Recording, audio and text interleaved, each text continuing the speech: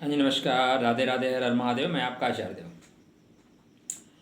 इस वीडियो पर चर्चा करेंगे मिथुन लगन, मिथुन राशि कैसा होगा 2021 आपके लिए। तो वीडियो की स्टार्टिंग करें उसके पहले यदि आप हमारे चैनल पर नए हैं तो सब्सक्राइब करें। वीडियो पसंद आती है लाइक करें। अगर आपको लगता है कि और लोगों को इस जानकारी इसकी लेनी चाहिए, लाभ उठाना चाहिए, तो शेयर करें। तो 2021 कैसा रहेगा मिथुन लग्न वालों, मिथुन राशि वालों के लिए। एक प्रश्न और आया हमारे वीडियो पे ही कि क्या नए वर्ष में सारे ग्रहों का मूवमेंट इतना तेज़ी से बदल रहा है या कुछ नया हो रहा है जो नए वर्ष पे प्रेडिक्शन दिया जा रहा है। तो ऐसा कुछ भी नया नहीं हो रहा है। जो बड़े ग्रह हैं उनका मूवमेंट नहीं हो रहा है, लेकिन नए वर्ष पे प्रेडिक्शन इसलिए आवश्यक है क्योंकि एक वर्ष का आप लेखा जोखा बनाते हैं। हम इस वर्ष ये करेंगे और हमारी आपकी जो ज़िंदगी है ना, हम आप कितना भी कह लें, अंग्रेज़ी कैलेंडर पे ज़्यादा आधारित है। हम अपने बर्थडे भी जो हमारे वैदिक परंपरा हैं उसके मास के अनुसार नहीं मनाते, अंग्रेजी परंपरा के अनुसार ही मनाते हैं। तो कहना आसान है कि इस नए वर्ष का क्या महत्व है, लेकिन सोचिए तो जो अंग्रेजियत हमें मिली है ना, इसी में हम घूम रहे हैं। इसलिए नया वर्ष आप कैसे कैसे योजना बनाएंगे। 12 माह का खाका अगर आपके पास आ गया तो उसमें आपको योजना बनाने में सफलता मिलेगी। तो इसलिए नया वर्ष आपके लिए कैसा होगा उसकी चर्चा करते हैं मिथुन लगन, मिथुन राशि वालों के लिए। देखिए, आपकी जो लगन है वो बुध के अंडर कस्टडी में आती है और काफ़ी तेज तर्राक लगन है। कन्या लगन जहाँ सौम्य होती है, वहीं मिथुन लगन थोड़ी सी दबंग होती है, बिल्कुल एडजस्ट नहीं करती। गलत है तो एडजस्ट करेगी, गलत नहीं है तो नहीं एडजस्ट करेगी, ऐसी लगन है। अब वर्ष की स्टार्टिंग अगर आप देखें तो सेम नक्षत्र आपके भी पास आएगा। नक्षत्रों में कोई दिक्कत नहीं आ रही है। पुष्य नक्षत्र मित्र शनि का आएगा। पुष्य के चतुर्थ चरण में आप का नया वर्ष स्टार्ट हो रहा है। दिन भी आपके मित्र शुक्र का आ रहा है। तो जो नए वर्ष के प्रथम दिन आए वो शुक्रवार आएगा। और आपकी कुंडली देखें मिथुन लगन की, तो लगभग मान के चलेंगे 3 बजे के बाद आपका मिथुन लगन दिन में आ रहा है। तो लग्नेश आपका आपकी कुंडली में सप्तम भाव में बैठा हुआ है। बुध गुरु की राशि में बैठे हुए हैं, बुधादित्य योग बना के, बढ़िया है। बुध की डिग्री देखें तो लगभग 26 डिग्री के आसपास हैं और सूर्य की डिग्री देखें तो 18 डिग्री के आसपास है। तो बुधादित्य योग से आपका नया वर्ष स्टार्ट हो रहा है। बुधादित्य योग अपने आप में बहुत प्रबल योग है। जिस काम को आप ठान लेंगे वो करके ही छोड़ेंगे, क्योंकि लग्न का लॉर्ड बुधादित्य योग में है। सुखेश आपका बुधादित्य योग में है, इसलिए आपके लिए स्टार्टिंग जो होगी निश्चित रूप से बहुत अच्छी होगी।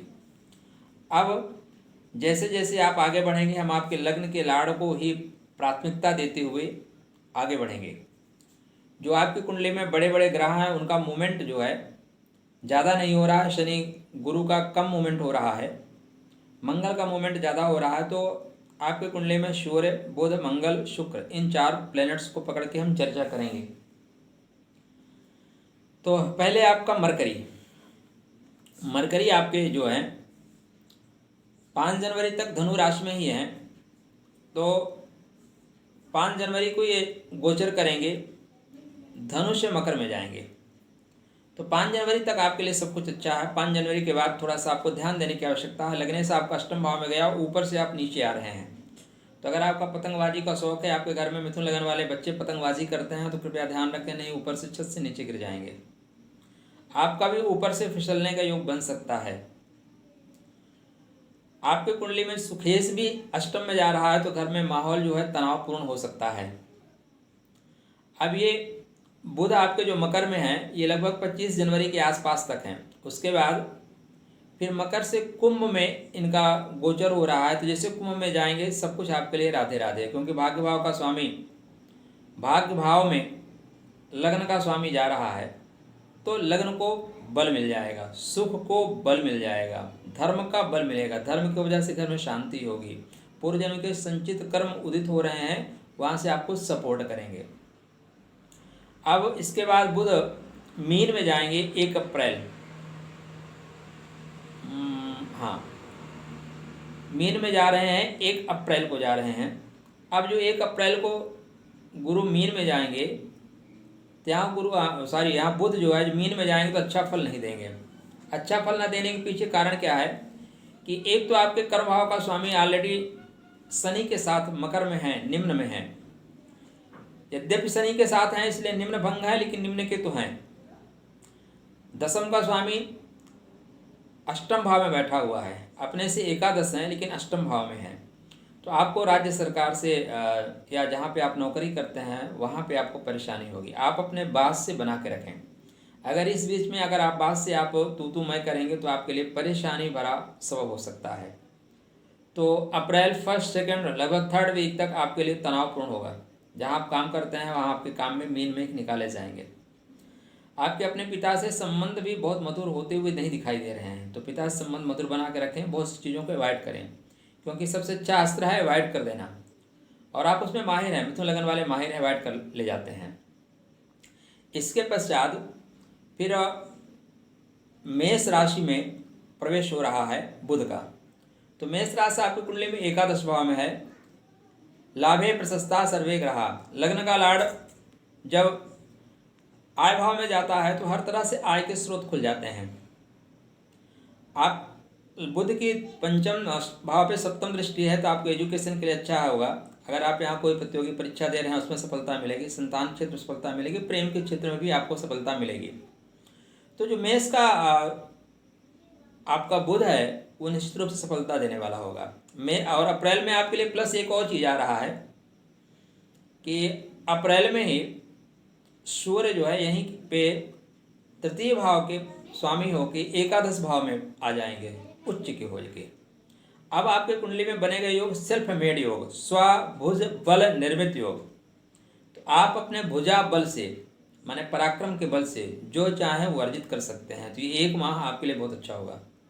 सूर्य जब तक आपके कुंडली में पराक्रम भाव में गोचर कर रहे हैं मई 2nd वीक तक, 13-14 अप्रैल तक, तो वहाँ तक आपके लिए बहुत अच्छा, जो चाहेंगे आप अपने पराक्रम के बल से कर ले जाएंगे। इसके पश्चात बुध का फिर मई में ही वृषभ में गोचर होगा, तो अपनी सेहत को आपको ध्यान रखना पड़ेगा। आप अपनी सेहत को लेकर बिल्कुल चौकन्ने रहें। बेवजह की भाग दौड़ करने पड़ेंगे आपको, और आपके कर्मों का तिब्बे हो रहा है, तो बेवजह की भाग दौड़ से आप बच के रहें। इसके पश्चात लगभग 26 मई के आसपास 26 मई को ही फिर ये प्रवेश कर रहे हैं आपके लग्न में। तो लग्न का स्वामी लग्न में, प्राइम मिनिस्टर अपने ऑफिस में, तो आपके लिए बहुत अच्छा है। यहाँ पे निश्चित रूप से आपके मान सम्मान में वृद्धि होगी, सुख सुविधा में वृद्धि होगी। आप जिस काम को चाहते हैं वो काम होता हुआ प्रतीत हो रहा है। सरकार से आपका अटैचमेंट होगा, बड़े लोगों से टच में आप रहेंगे, आप निरोगी रहेंगे, आप यहाँ पे प्रसन्न दिखाई दे रहे हैं। तो 3 जून के बाद फिर 3 जून के आसपास, 26 मई से लेकर 3 जून के आसपास फिर ये मिथुन में प्रवेश कर रहे हैं। तो मिथुन में मिथुन में प्रवेश करना बहुत अच्छा ही रहेगा। उसके पश्चात कर्क में जा रहे हैं 3 जून के आसपास। तो जैसे ये कर्क में जाएंगे, धनेश आपकी कुंडली में जब स्टार्ट हो रहा है तो धनेश धन भाव में ही है, तो आपके लिए बहुत अच्छा साइन है। लेकिन लग्नेश का धन भाव में गोचर थोड़ा सा स्वास्थ्य के लिए उतार चढ़ाव युक्त हो सकता है, तो खान पान का आप ध्यान रखें। बकाया आपका स्वास्थ्य अच्छा रहेगा। आपका व्यक्तित्व तो आपके धन को खींचने वाला होगा, धन को आकर्षित करने वाला होगा। तो इसके पश्चात बुध जो है फिर जा रहे हैं कर्क में, 25 जुलाई तक कर्क में रहेंगे। उसके पश्चात सिंह में जा रहे हैं 9 अगस्त तक। तो कर्म लग्न का स्वामी पराक्रम के घर में जा रहे हैं, तो आप पराक्रमी होंगे, पराक्रम के बल से अपने काम बना लेंगे। सप्तम दृष्टि चूंकि भाग्य भाव हो रहा है, तो पराक्रम आप इतना तगड़ा करेंगे कि भाग्य के दरवाजे आपके लिए खुल जाएंगे, माने भाग्य आपका सपोर्ट करना शुरू करेगा। इसके पश्चात फिर 21 अगस्त से लेके लगभग 22 सितंबर तक आपका बुध आपके लग्न के लाड़ शुभ भाव में उच्च के होकर गोचर कर रहे हैं। तो ये जो समय होगा आपके लिए बहुत अच्छा होगा। माने आप कह सकते हैं आपके लाइफ का माने साल भर का जो गोल्डन पीरियड है ये होगा। इसमें घर की सुख सुविधा की सारी सामग्रियाँ आप इकट्ठा कर रहे हैं। आप अगर प्लाट लेना चाहते हैं, आप आवास के लिए कुछ करना चाहते हैं तो आवास के लिए यहाँ पे आप करें, बहुत बेहतर टाइम होगा। गाड़ी लेना चाहते हैं तो आप गाड़ी वगैरह ले सकते हैं। तो ये समय आपके लिए हर तरह से सुख सुविधा, भू संपदा सब कुछ देने वाला होगा। इसके पश्चात फिर इनका प्रवेश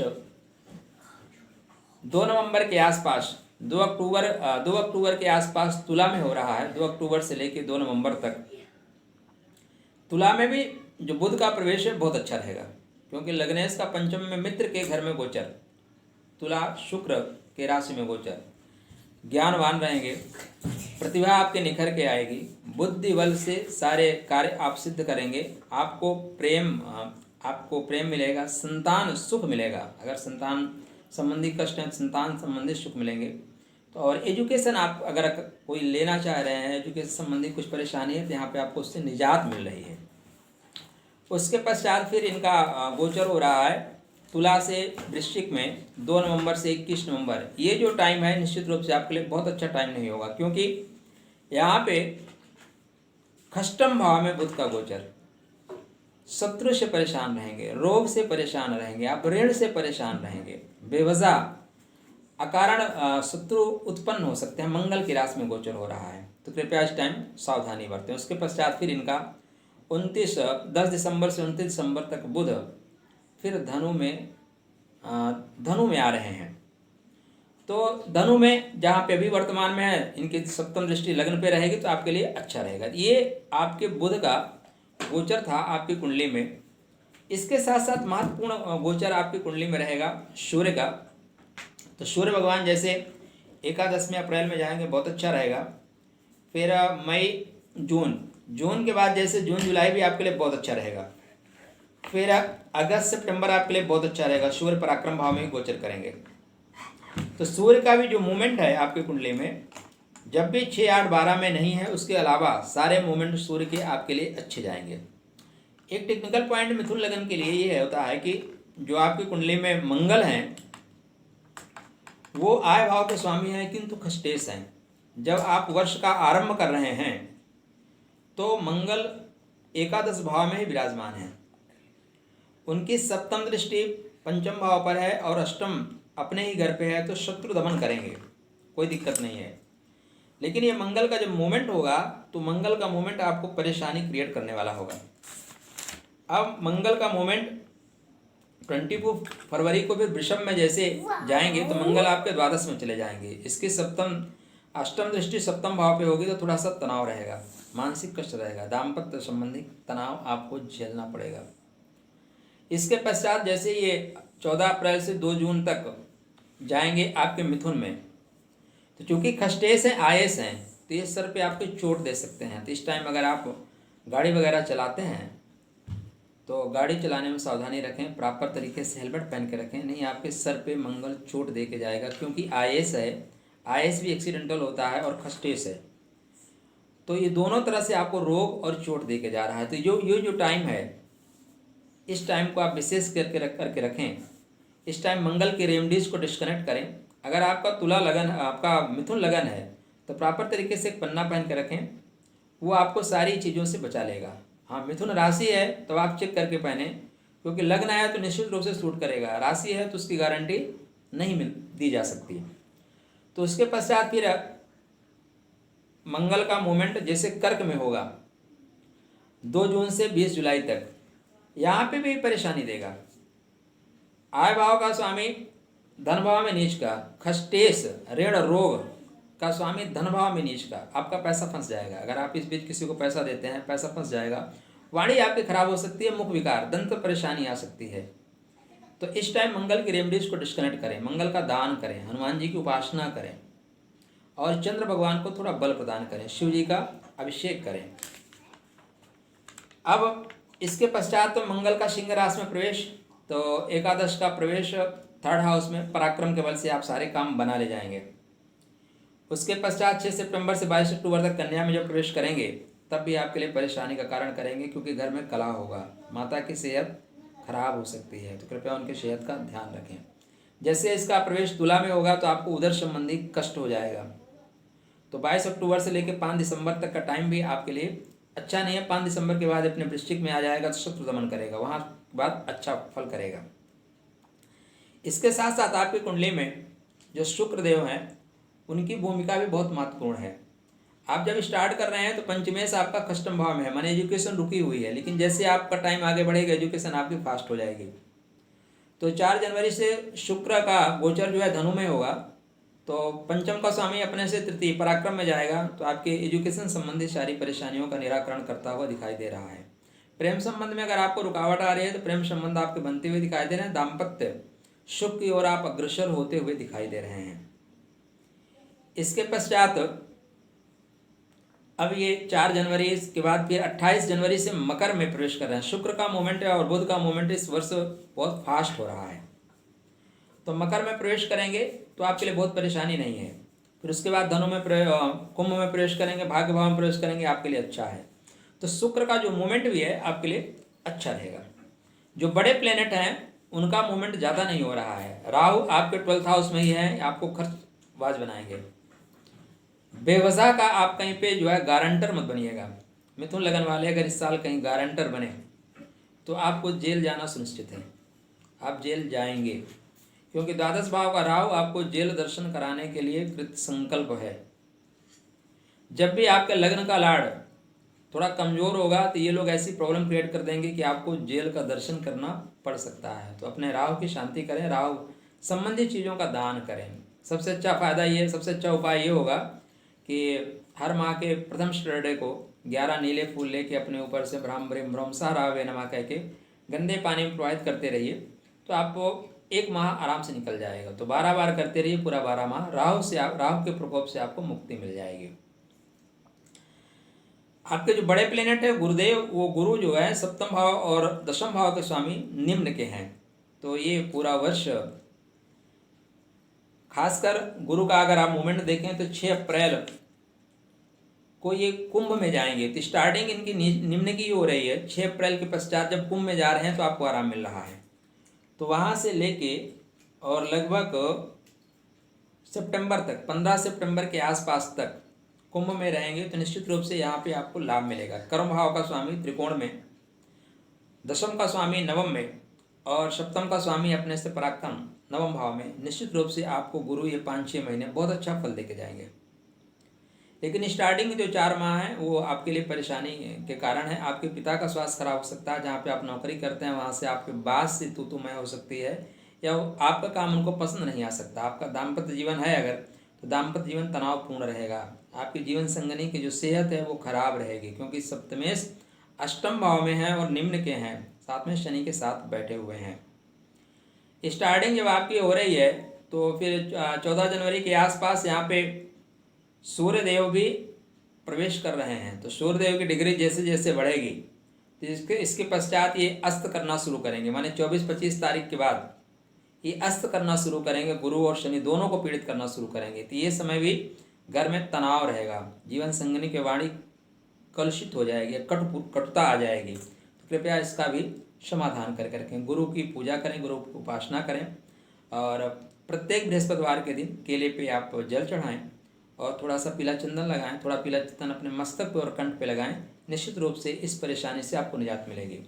इसके पश्चात 20 नवंबर को पुनः ये सितंबर में फिर मकर में आ रहे हैं, उसके बाद नवंबर में फिर से कुंभ में जा रहे हैं। तो ये आपको मिला जुला फल देंगे। आपके कुंडली में एक और बड़े प्लेनेट है शनि। शनि आपके कुंडली में 8म भाव में बैठे हुए हैं, 8म भाव के स्वामी हैं। तो आयु के स्वामी हैं शनि, आपको आयु संबंधित शुभ फल देने के लिए कृत संकल्प हैं। यहाँ पे अभी आपके लिए एक और चीज़ है, क्योंकि मई तक शनि लगभग भाग्य भाव का फल दे रहे हैं। मई के पश्चात शनि अष्टमेश का फल देंगे। अष्टमेश जब चलता है तो तकलीफ तो देता है। अगर हम आपसे कहें कि नहीं अष्टमेश का शनि आपके लिए बहुत शुभ होगा, तो शुभ नहीं है, तकलीफ तो देगा। तो मई के बाद ये थोड़ा सा आपको परेशानी दे सकता है, आपको नीचे गिरा सकता है। आप जहाँ काम करते हैं वहाँ पे लोग आपके इंसल्ट कर सकते हैं। तो कृपया ऐसी कुछ बातें ना हों, इसका आप ध्यान रखें कि इंसल्ट होने पाए। सबसे ज़्यादा इम्पोर्टेंट ये है कि आपके जब लग्न स्टार्ट हो रहा है नए वर्ष में, तो धन भाव का स्वामी चंद्रमा सुख रही है, उनका मूवमेंट 2.5 दिन में होता रहता है। मंगल भी आय भाव के स्वामी सुख रही हैं, तो वर्ष आपका धन के दृष्टिकोण से बहुत अच्छा जाता हुआ प्रतीत हो रहा है। सेहत के दृष्टिकोण से बुध का जो मूवमेंट है वो फास्ट जरूर है, लेकिन फिर भी अच्छा दिखाई दे रहा है। केवल कुछ टाइम ऐसा है जो एक्सीडेंटल हैं, रोग हैं और मुख संबंधी परेशानी है, तो उनका निजात आप कर सकते हैं बढ़िया क्वालिटी का पन्ना पहन के। पंचमेश आपके जो अधिष्ठात्री हैं उनकी उपासना करें। तो मैं तो आपको सलाह दूंगा मिथुन लगन मिथुन राशि वालों के लिए कि अगर आप दुर्गा जी की आराधना करते हैं तो सारे कष्टों से आपको निजात मिलेगी। सारी परेशानियों का निराकरण एक ही है, आप दुर्गा जी के शरण में जाएं, उनकी आराधना करें। आप अपने कुंडली में मंगल की रेमडीज जब भी मंगल की रेज आपको ज़्यादा कनेक्ट कर रही है, खासकर मंगल लगन में है, मंगल आपके द्वादश में है, मंगल आपके सेकंड हाउस में है, तब तक आप मंगल का दान करें। राहु के लिए मैंने आपको उपाय बता ही दिया है। अपने लग्न के लाड़ को मजबूत रखें। और आप लोगों के लिए खास बातें कि आप रेड कलर की चीज़ों को अवॉइड करें, खासकर रेड कलर के कपड़े न पहनें। रेड कलर की अगर आप गाड़ी लेना चाहते हैं तो रेड कलर की गाड़ी ना लें आपके लिए, क्योंकि मंगल खष्टेश हैं, मंगल एकादशेश हैं, तो आय के साधन तो जहाँ अवेलेबल कराएंगे वहीं आपके लिए एक्सीडेंटल कंडीशन भी उत्पन्न करेंगे। तो अगर आपको और कुछ विशद जानकारी चाहिए अपने कुंडली के बारे में या आपका 1 साल की महादशा कैसे जाएगी, तो आप पर्सनली हमसे संपर्क कर सकते हैं। तो आपकी कुंडली में लग्नानुसार, खासकर महादशा के अनुसार कौन कौन सा माह किस अंतरदशा प्रत्यंतर दशा में जाएगा, उसकी प्रोटेक्शन आपको प्रदान की जाएगी। तब तक आपके लिए मंगलमय शुभकामना। राधे राधे।